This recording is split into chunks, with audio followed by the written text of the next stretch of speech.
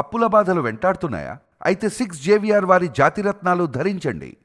Hello అండి, అందరికీ నమస్కారం. నేను మీ కట్టా కార్తీక్. జూబ్లీహిల్స్ ఉప ఎన్నికల ప్రచారానికి రేపటితో గడువు ముగియబోతా ఉంది. ఇక చివరి 2 రోజులు మాత్రమే ప్రచారం ఉండటం వల్ల అన్ని పార్టీలు కూడా శక్తి ఎత్తుల మేర పనిచేసుకొని పోతూ ఉన్నాయి. ప్రధానంగా బీఆర్ఎస్కి కాంగ్రెస్కి మధ్య పోటీ ఉంది.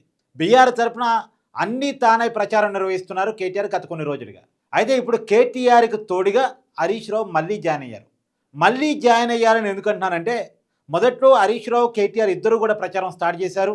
బీఆర్ఎస్ గెలుపు కోసం తీవ్రంగా ప్రయత్నం చేశారు. కానీ తర్వాత కాలంలో హరీష్ రావు గారి ఫాదర్ చనిపోవటం ఫలితంగా కొంత ఆ కార్యక్రమాల వైపు హరీష్ రావు గారు వెళ్ళారు. అనుకోకుండా అనారోగ్య కారణాలతో హరీష్ రావు గారి తండ్రి కాలం చెల్లటం వల్ల పూర్తిగా ఆ పనిలో నిమగ్నమయ్యారు హరీష్ రావు గారు. జూబ్లీహిల్స్ ఎన్నికల ప్రచారానికి దూరంగా ఉంటూ వస్తున్నారు. స్ట్రాటజీ నుంచి ప్రచారం వరకు అన్ని కేటీఆర్ తానే నిర్వహిస్తూ ఉన్నారు. రోడ్ షోలు నిర్వహిస్తూ ఉన్నారు, పాదయాత్రలు చేస్తూ ఉన్నారు, ప్రచారాన్ని ముందు తీసుకెళ్తున్నారు. అదేవిధంగా ప్రచారం యొక్క కోఆర్డినేషన్ కూడా ఆయన చూస్తూ ఉన్నారు. డివిజన్ వైడ్గా నాయకులను పెట్టడం, ఏం జరుగుతుందని ఎప్పటికప్పుడు వాకప్ చేయటం.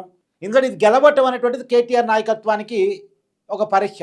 కేటీఆర్ తనను తాను నాయకుడిగా ప్రూవ్ చేసుకోవాలంటే, బీఆర్ఎస్ పార్టీని తిరిగి అధికారంలో తీసుకొచ్చి తను ముఖ్యమంత్రి కావాలంటే ఈ ఎన్నికల్లో గెలవడం చాలా ఇంపార్టెంట్. బీఆర్ సిట్టింగ్ స్థానం. అసెంబ్లీ ఎన్నికల్లో పార్టీ ఓడిపోయిన తర్వాత, అంటే అధికారాన్ని కోల్పోయిన తర్వాత, పార్లమెంట్ ఎన్నికల్లో సున్నాకే పరిమితమైన తర్వాత ఒకే ఒక్క ఉప ఎన్నిక వచ్చింది, సికింద్రాబాద్ కంటోన్మెంట్ స్థానం.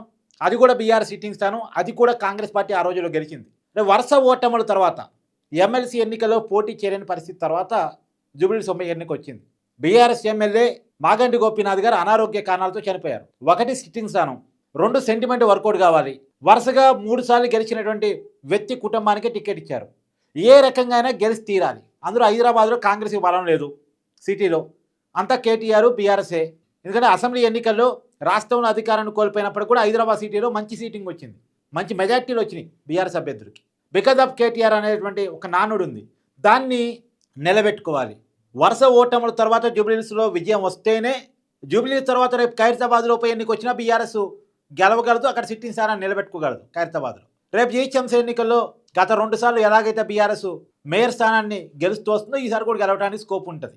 ముందు అవి జరగాలంటే ఇక్కడ గెలిచి తీరాలి. ఇది ఓడిపోతే రేపు ఆ ఎన్నికల మీద ప్రభావం పడుద్ది. ఈ ఎన్నిక ఓడిపోతే రేపు ఎన్నికల్లో అసలు ఎన్నికలు వచ్చేసరి బీఆర్ఎస్ డీలా పడే అవకాశం ఉంటుంది. ఇక బీఆర్ఎస్ లేదు, అంతా కాంగ్రెస్ వర్సెస్ బీజేపీ అనేటట్టు రాజకీయం మారే అవకాశం ఉంటుంది. కాబట్టి ఇది కేటీఆర్ గారికి. ఎందుకంటే కేసీఆర్ గారు గత కొంతకాలంగా యాక్టివ్ పాలిటిక్స్లో యాక్టివ్గా లేరు. పేరుకి ఆయన ప్రతిపక్ష నాయకుడు, బీఆర్ఎస్ పార్టీకి ఆయనే అధినేత కేసీఆరే, కానీ యాక్టివ్ పాలిటిక్స్లో రెగ్యులర్ కార్యక్రమాల్లో ఆయన ఏం లేరు. మొత్తం పార్టీని కేటీఆర్ హరీష్ రావు హ్యాండిల్ చేస్తూ ఉన్నారు. బీఆర్ఎస్ పార్టీ వర్కింగ్ ప్రెసిడెంట్ హోదాలో పార్టీ మొత్తాన్ని కూడా యాక్టివేట్ చేస్తుంది, కార్యక్రమాన్ని నిర్వహిస్తుంది, పబ్లిక్లో తిరుగుతుంది, పబ్లిక్గా మాట్లాడుతుందంతా కేటీఆర్ హరీష్ రావే. కేటీఆర్ ముఖ్యంగా వర్కింగ్ ప్రెసిడెంట్ హోదాలో, తర్వాత హరీష్ రావు, వీరిద్దరే పార్టీని హ్యాండిల్ చేస్తూ ఉన్నారు. కాబట్టి ఇప్పుడు గెలిపించుకోవడం అనేది కేటీఆర్ గారికి చాలా అవసరం. ఇప్పుడు కేటీఆర్ గారికి హరీష్ రావు గారు తోడయ్యారు. కాబట్టి హరీష్ రావు గారిని మామూలుగా ట్రబుల్ షూటర్ అంటారు. ఆయనకు ఎక్కడ ఏ డివిజన్లో ఎలాంటి పరిస్థితి ఉందో అంచనా వేయగలడు, సరిదిద్దగలడు, గెలుపు వైపుగా పార్టీని నడిపించగలడు. ఆయనకు ఆ పేరు ఉంది. ఓడిపోయే సీట్ని కూడా ఎలా గెలిపించాలో హరీష్ రావు గారికి బాగా తెలుసని. నిజానికి బీఆర్ఎస్ పార్టీ అంటే ఒకప్పుడు టీఆర్ఎస్ఏ బీఆర్ఎస్ అయింది కదా, తెలంగాణ రాష్ట్ర సమితి, దీన్ని ఉప ఎన్నికల పార్టీ అంటారు. ఉప ఎన్నికల వల్లే ఆ పార్టీ ఎదిగింది. ఉప ఎన్నికలతోనే తెలంగాణ ఉద్యమాన్ని బతికించింది. తెలంగాణ ఉద్యమం ఎప్పుడు కొద్దిగా స్లోడౌన్ అయినా సరే రాజీనామాలు చేయటం, ఉప ఎన్నికలు ఇవ్వటం, మళ్ళా ఉద్యమ ఆకాంక్షని ప్రజల ముందు పెట్టడం, తెలంగాణ ఉద్యమ మూవ్మెంట్ని క్రియేట్ చేయడం, ఇది టీఆర్ఎస్కి పెట్టిన పేరు. ఆ పార్టీకి ఒక హైక్ వచ్చిందన్న, ఆ పార్టీ 2014లో తెలంగాణ సాధించి అధికారంలోకి వచ్చిందన్న కారణం ఉప ఎన్నికలు. ఆ ఉప ఎన్నికల్లో కూడా పార్టీ పదే గెలవడానికి కారణం ఇక్కడ ట్రబుల్ షూటర్ హరీష్ రావు. మళ్ళీ ఇప్పుడు ట్రబుల్ షూటర్ రంగంలో దిగాడు.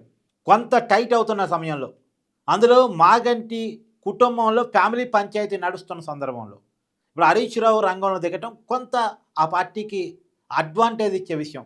అందులో పోల్ మేనేజ్మెంట్ చాలా కీలకం. ఈ 3-4 రోజులు నాయకులు నిద్రలేని రాత్రులు గడుపుతారు. ఎలా ఓటర్లను ఆకర్షించాలి, ఎలా ఆకర్షిస్తాలో నాకంటే మీకే బాగా తెలుసు.